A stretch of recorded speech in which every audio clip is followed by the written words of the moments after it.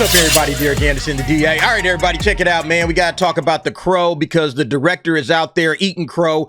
Pretty upset because his movie didn't do well whatsoever, not with the critics, really not even with the audience, even though you see a 65% on Rotten Tomatoes, for the audience score. They call it the popcorn meter, I guess, now. But nevertheless, this thing is just an absolute disaster. A big mistake even remaking this thing. Like, I don't know who was asking for a Crow remake. The first one is just fine. It's a cult classic. Just leave it back there in the 90s where it was born, and that's that. But they decided, no, we're going to try to, get some money off of this old IP that a lot of people love. And, the guy just didn't do a good job with it.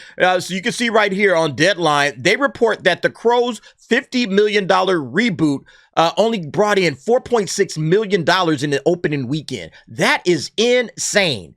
$50 million, and that's not a lot of money, mind you, okay? That's probably exactly what they should have spent on it, but they only got 4.6 milli, which pretty much tells you this thing is already going to be a giant disaster. Not as big as Borderlands. I think Borderlands is going to be a bigger disaster, but you see these studios latching themselves on to IPs and to old movies and properties, and they want to remake them, or they want to boot them up, or they want to get them going, and they just don't have any fidelity to the source material. They have no idea what the fans are looking for, and when that happens, you put the two of those together, yeah, you can expect box office results that look exactly like this. And then, of course, the Crow director, he's not just going to sit there and take that lying down, right? The Crow's cinema score has been revealed, and the director responds to the backlash from fans who are very active online, which is a lot of people, all right?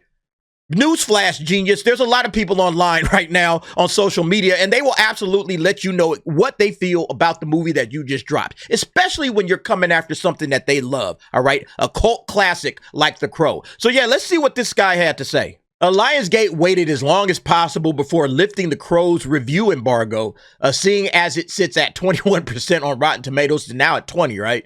With the critics' consensus that calls it dreary and poorly paced, it's not hard to see why.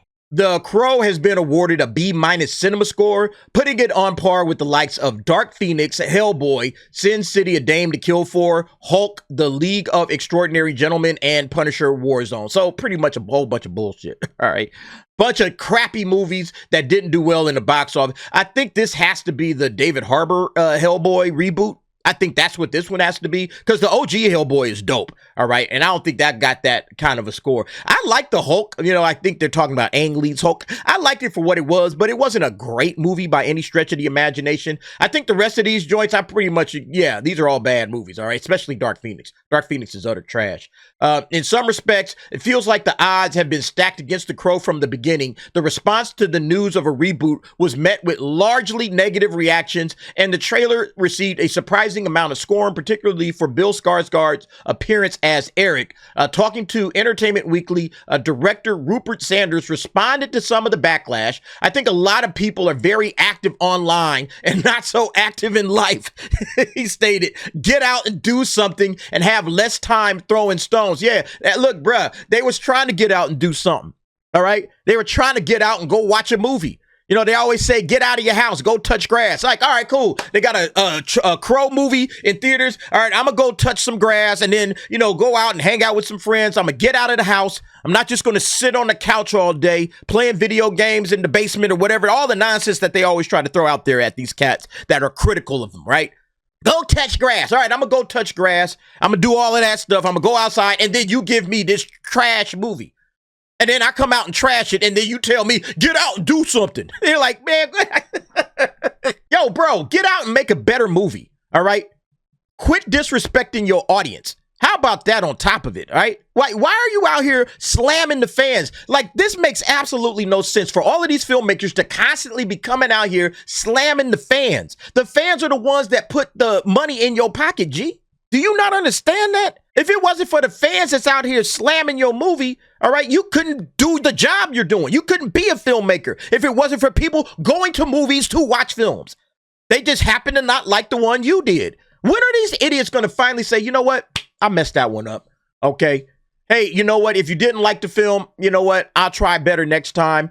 I'm sorry if you didn't enjoy it. I hope some of you guys that haven't seen it yet, but you're hearing the negative reactions, hey, give it a chance. But if you don't like it, we understand. We're going to try to do better on the next film. Appreciate everybody that went out and saw it and gave it good reviews. Because look, not everybody is apparently slamming this thing. Again, 65% on the tomato meter. Hey, maybe some of these people will start to spread the word and then they'll turn this into some sort of a cult classic. Who knows? But yeah, if the director is coming out here and saying this type of crap, I don't even want to support it now. I have no doubts in my mind at all that if anybody read these comments, they would be like, oh, hell no, I ain't watching it now.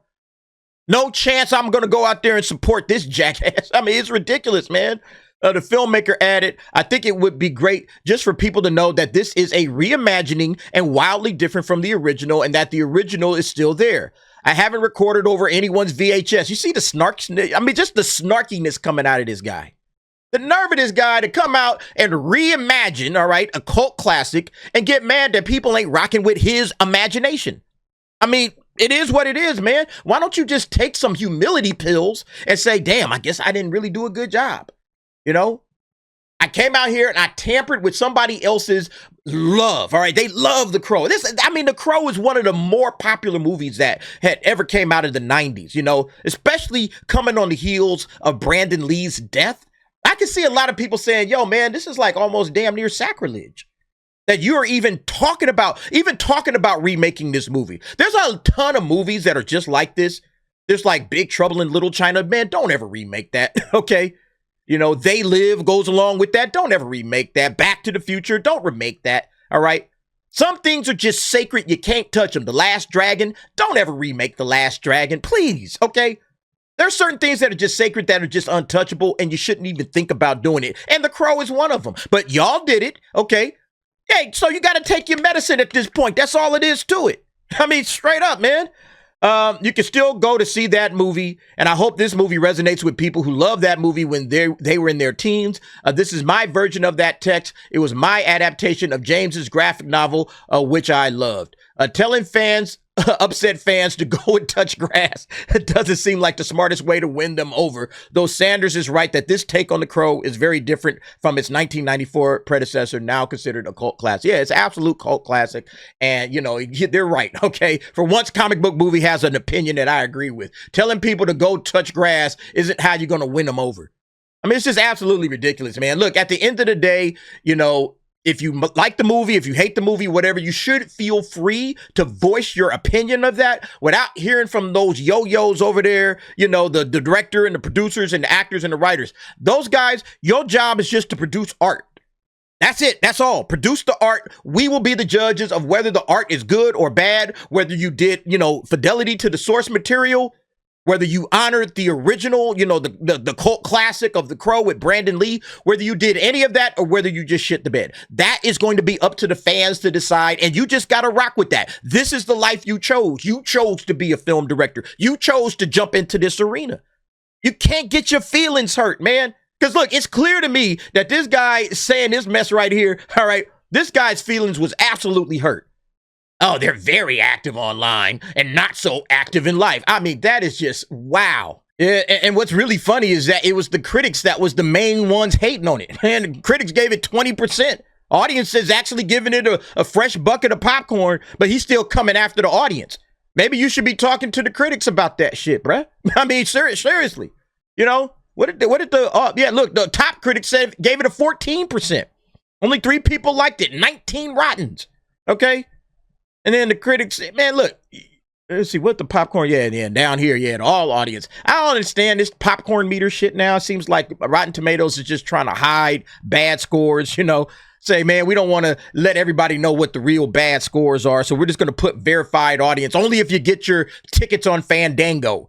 Why would I buy tickets on Fandango? I got like AMC. I can go straight to AMC and get my tickets. They know how many people got the A-list. Those folks that have the A-list, they'll never be a part of the verified audience, even though they went and watched the movie.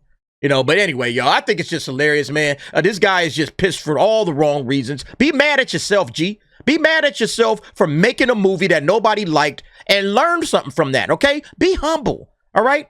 Be humble, just a little self-reflection. This is just nothing but customer feedback. You should always be taking your customer feedback and saying, all right, look, we clearly didn't get the job done. We got to go back to the drawing board and dust ourselves off and try again. That's how it works, all right? Anyway, y'all let me know what y'all think about this situation. Jump down in the comments. Give me your thoughts and opinions on that.